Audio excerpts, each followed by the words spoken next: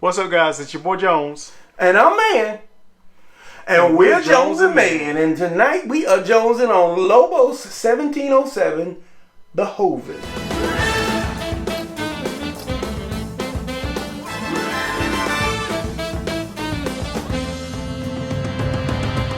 All right, so Jones, I have been dying to try this ever since it first dropped. I first heard, oh, LeBron's got a tequila, and there's a whole, all the tequila people are fresh, they're just right now because there's so many celebrity endorsed tequilas and the impact that it has on agave availability, and then also, if you got a choice between buying a tequila from your favorite basketball player or tequila from some unknown company, there's a bit of sway that might happen that make you, at least for the initial purchase, go one way or the other. So I get it. I understand it. I got my whole argument. I believe that these aren't as bad as people say they are as far as hurting the industry, because it gives someone who might not buy tequila at all a reason to buy and try tequila.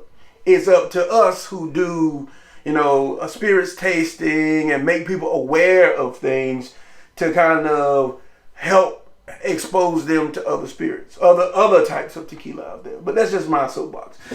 This was, I just freaking looked at it. $45, between 40 and 45. Okay. I had to order it, so I paid a little bit more probably, plus shipping and all that good jazz. But I'm excited to try it. Huh? What can you tell us about good old Lobos 1707 Hoven? Well, as you said earlier, LeBron James is one of the primary, he's invested into the Lobos company. I think it was back in either 2019 or 2020. And the Lobos names comes from the Spanish word for wolf. Mm-hmm. So maybe, he's a big wolf on the court. He's a big dog on the court. So maybe we'll see how this tastes and see how it compares to some of the others. And even speaking to your point about the celebrity bottle or celebrity endorsed, it's a pretty nice bottle. Yep. Unique shape. Yeah, unique shape. Yeah. I am curious about, I couldn't see what the Hoven was. Yeah. That was a part I'm trying to figure out because it looks like a Blanco. Yeah. But it does have a tint to it. Yeah. Normally, I thought that the Hovens had a little bit of age to it, but Hoven means young. Yeah. So, but I thought that they were still young. But if I find out something, I'll add it down below. We just kind of, came up and I was like, ooh, I want to taste this, and we just kind of jumped into it. So we didn't do a ton of research on this. Yeah. Then too, they aged it in a barrel. I just don't remember which. Okay, yeah. So that's probably the young aspect. So that's what I figured. But let's do our thing. Ooh, nice pop. Ooh, boy. I had a very fragrant aroma hit my nose. My nose is real good. Right off the top of that. Now, I also didn't have many ice balls this week, so we do have regular loose ice, so don't go in the comments, oh, you should have had ice. We don't have any. Sorry. Now, that really smells, that's a nice bouquet of cooked agave. Yeah, it's really grassy, and it smells not overly sweet. Little sweetness, tad bit of alcohol. If you get in there deep, you get a little alcohol. Proof is 80, I believe. Yep, proof is 80. Yeah. But I guess without further ado, unless you want to talk about who's the greatest of all time. No, okay. We'll talk about that. Yeah, let's give it a taste.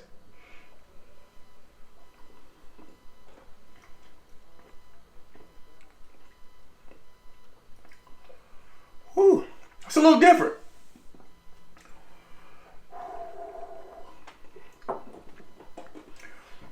Based off that, I'm gonna go ahead and pour on the rocks right here. We got a whole lot of rocks. I'm gonna go ahead and pour on the rocks. Any initial thoughts?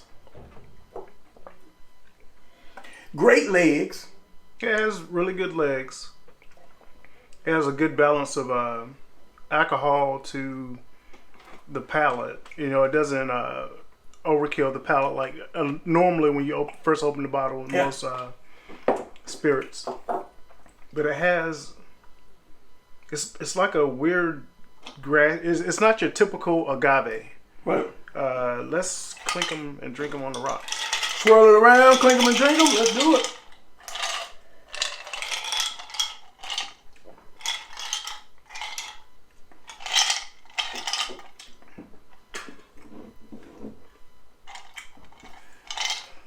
Whew.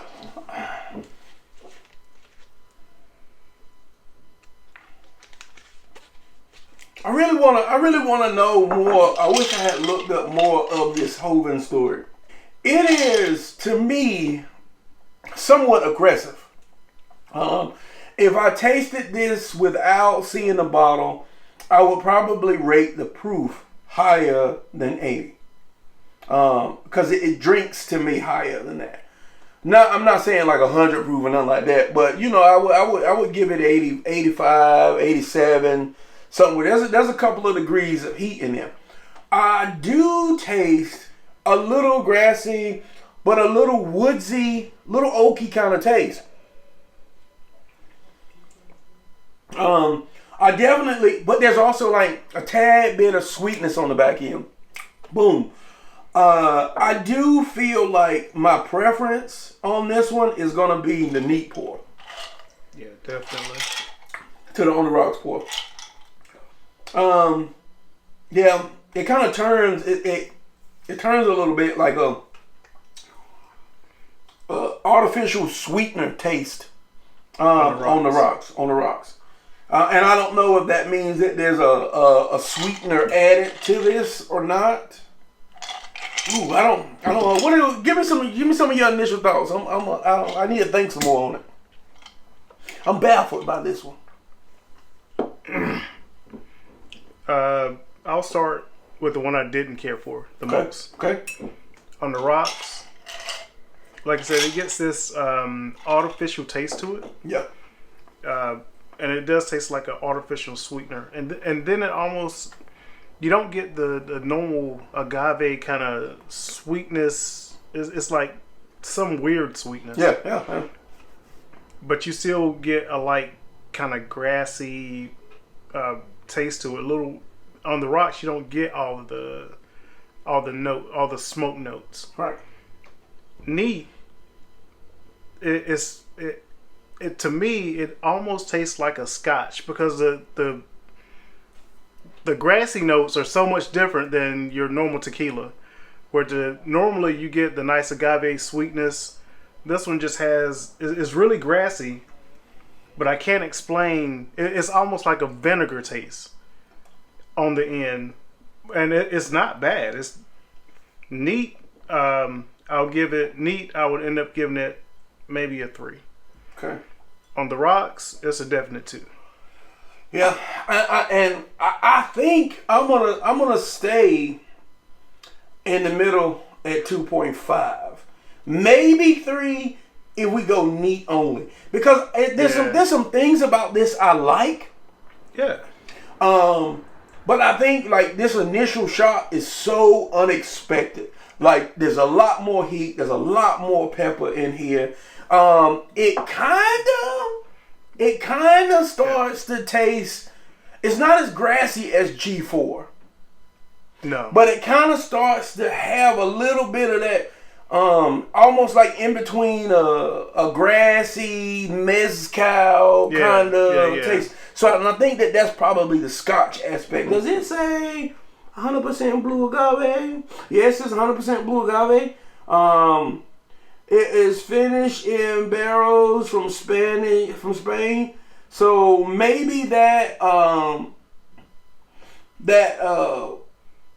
Spanish barrel influence is the pepper that you get. Yeah. I need more time with this one. Yeah. Initially, I don't think that unless you are a mezcal kind of drinker already, I think that this one will shock you at first sip right off the bat. Doesn't mean that it's bad, like you're going to say, oh, this is disgusting, I don't like it. Because I love the nose. It's a sweet, there's a little agave in there, but you don't get as much of that when you taste it. So it kind of, I don't know, I'm gonna say 2.5 for right now. But I saw the Reposado, and I should have got the Reposado. I don't think the Reposado was available when I ordered this. But it's intriguing enough for me to order the Repo. So, but I'm going to say 2.5. Now, this is where I'll come back and say, when we start thinking about the celebrity-endorsed tequilas, and you mentioned the greatest basketball player of all times, Michael Jordan, and his Cincoro. Sorry, guys. We tried the Repo. Yep. And at $100 a bottle,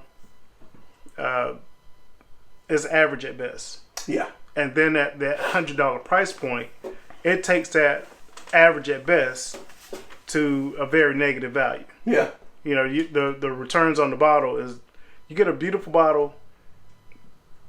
But how many of those beautiful bottles do you want? You know what I'm saying? Well, that's what I'm leading on to. So even though this has, it needs more time to be, you know, kind of tasted and tried, I think this would top that for me at a $40 range, because it gives, I'm more willing to spend $45 to kind of try it out and get to the point of, this is really just a garbage bottle. Yeah. Versus having a $100 bottle sit on my shelf for 2-3 years. Yeah. I think that this is the start of something good. Yeah. In the fact that I don't know how much time it spent in those barrels, but like I think you start to kind of pick up some things. Yeah. And I feel like maybe the Repo, with having a little more time in the barrel, might smooth it out a little bit. And probably the Añejo is, or I don't know if they have an Añejo or an extra Añejo. I don't know which one. I think it's the Joven and the Respo. That's the only two they have. But I think they have an Añejo or either an extra Añejo. One of the two. It's 124, because I looked at that too and I was like, well, no, I'm going to start small and then go into it. This is good enough to intrigue me, but the Joven's so different, I don't know how to process it right now. Yeah. And I think this might be like one of the few Jovens I've ever had. So this is definitely my first. Okay. Definitely my first. Yeah. So 2.5. And I'll give it an overall 2.75. 2.75. Okay. We're gonna spend some more time with this, definitely. Be sure to follow us on Facebook, Instagram, and Twitter, and TikTok at Jones and Mann. If you need anything, now Lobos is not on the website yet. I'm hoping that we'll get it, but we got a bunch of other great tequilas. Definitely check out Grand Leyenda on cwspirits.com/Jones and Mann. Our promo code is CLICK'em5. Support your boys. And this has been Lobos. See you next time. Click 'em and drink 'em.